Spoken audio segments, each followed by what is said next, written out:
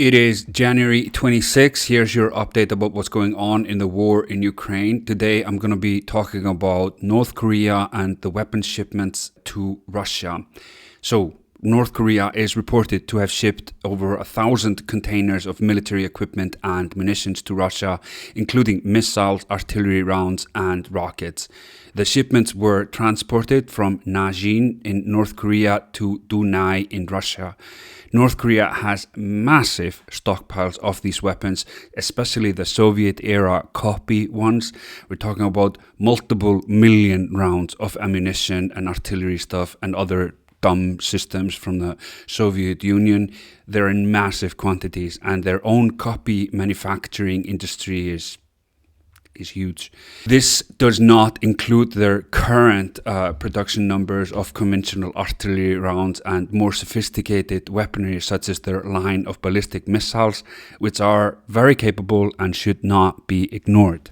So far, the world's response to these troubling developments have been just further sanctions, with Russia and North Korea, who are now ranking in the top 4 most sanctioned nations on Earth championship.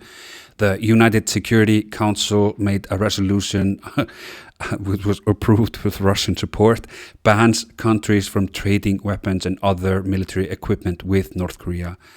Alongside the sanctions, there are lofty statements of condemnations and heartfelt declaration of opposition. If it isn't blatantly obvious by now, North Korea doesn't care, and they never will. The West knows that North Korea and Russia don't care.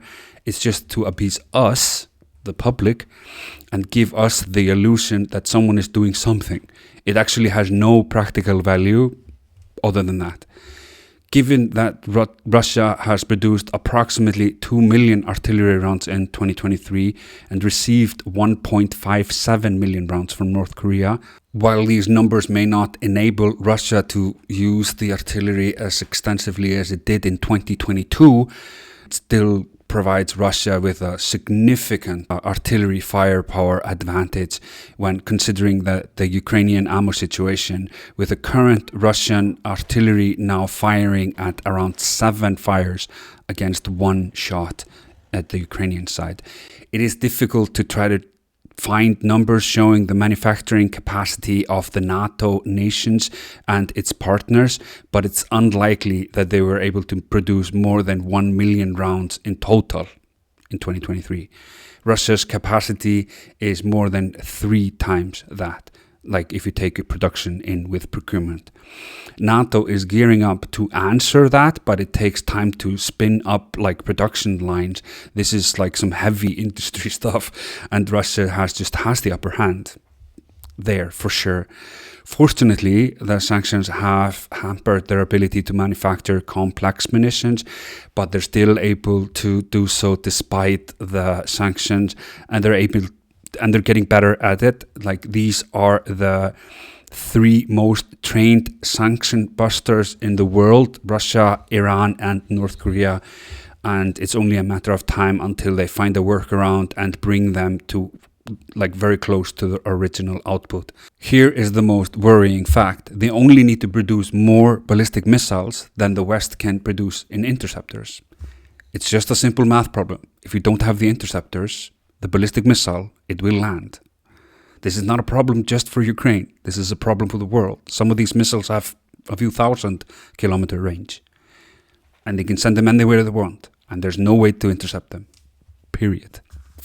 For now, Russia, Ukraine, North Korea, and Iran are just fucking smashing those numbers. Front Intelligence Insight tracked logistic routes between Russia and North Korea, and they calculated delivery numbers, identified storage points.